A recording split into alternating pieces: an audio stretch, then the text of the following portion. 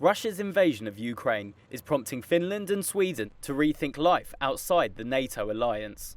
A majority of Finns, who share an 800-mile border with their Russian neighbours, already say they would sign up to the military alliance. Swedes are more hesitant, but even there, approaching 60% would favour NATO membership, especially if Finland joins. Rachel Rizzo, a senior fellow at the Atlantic Council think tank, says they would be knocking at a fairly open door.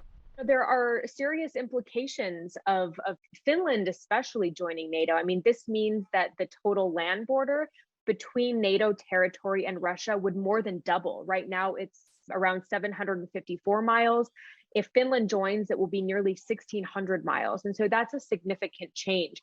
But I think that NATO allies understand how significant the Russian invasion of Ukraine is and what it means for Euro-Atlantic security.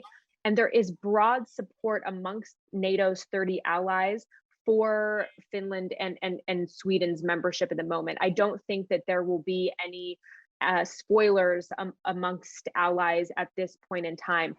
As close friends but non-members, technically Helsinki and Stockholm don't have the protection of NATO's guarantee that an attack on one ally is an attack on all.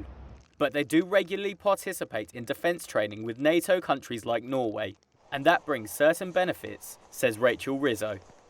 If Sweden or Finland came under attack by Russia, I do think that the alliance would be ready to respond, even though those two countries are not yet members.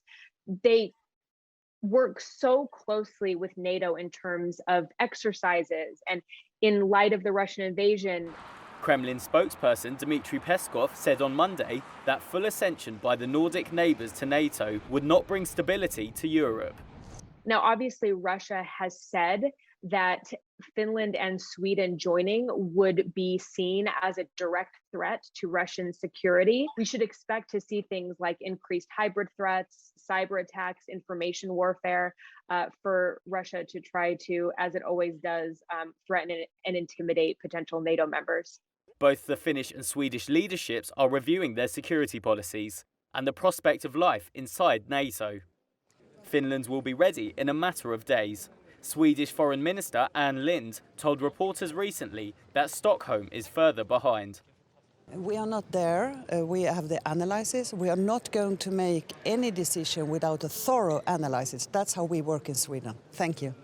NATO Secretary-General Jens Stoltenberg has said it would be possible to allow Finland and Sweden in quite quickly. But the military alliance has not commented on what a fast-track process could look like or how soon.